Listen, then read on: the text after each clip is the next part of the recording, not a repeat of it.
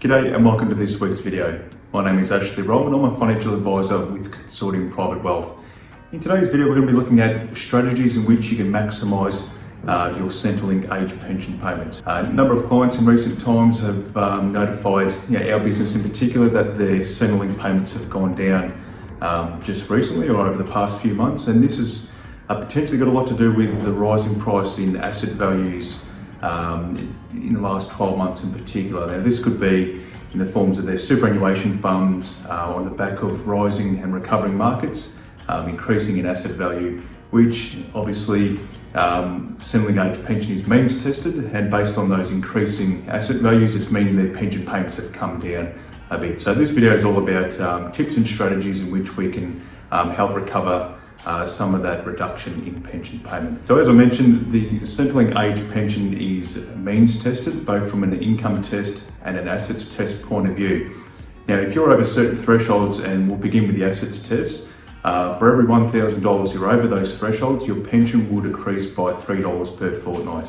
The income test, once you're over a certain amount of income, your pension payments will decrease by 50 cents in the dollar. So Centrelink will run both tests side by side, and they'll determine which is the causes the biggest reduction in payment, and that is the one they'll use in order to calculate your ongoing benefits. So let's begin with a reduction in pension due to the assets test.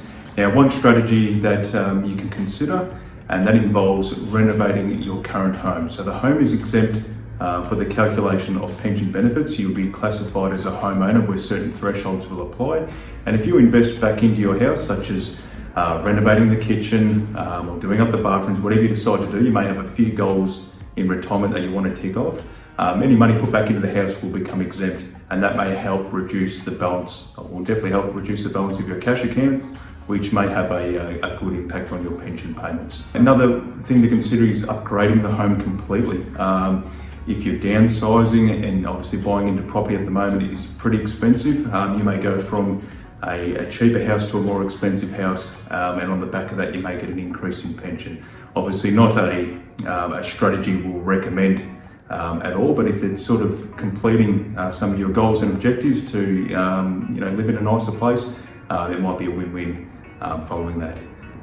You can always take a holiday, so reducing cash that you've got sitting around in the bank by enjoying your retirement may help bump up the pension as well. So just remember, if your pension's calculated based on the assets test, if we're reducing cash that's in the bank, it's going to cause your pension payments to increase. Another one is gifting. You're allowed to gift up to $10,000 per financial year, and you can do that 3 times over a 5-year period. So that's within the allowable limit. So if you give away that $10,000, you won't be disadvantaged from a Centrelink point of view, and that may mean that your pension payments go up. Another strategy we recommend quite often for our clients, if one of their objectives is to cover the costs of their own funeral at some stage in the future, is setting up a funeral bond investment. Now, we can exempt up to $13,500 per an individual, with that money not being included in the calculations of Centrelink's means testing. Over a couple, we can do that twice, so 13,500 times 2 is 27,000.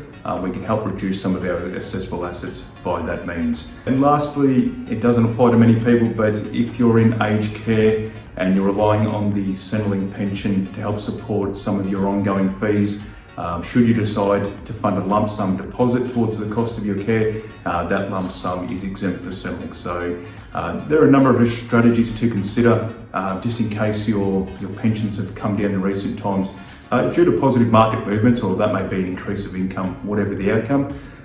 These are some things to consider. Best to speak with your financial advisor, who will be able to sort of designate any one of these in particular that may be suitable to your situation. Thanks for listening. Hope the information was valuable.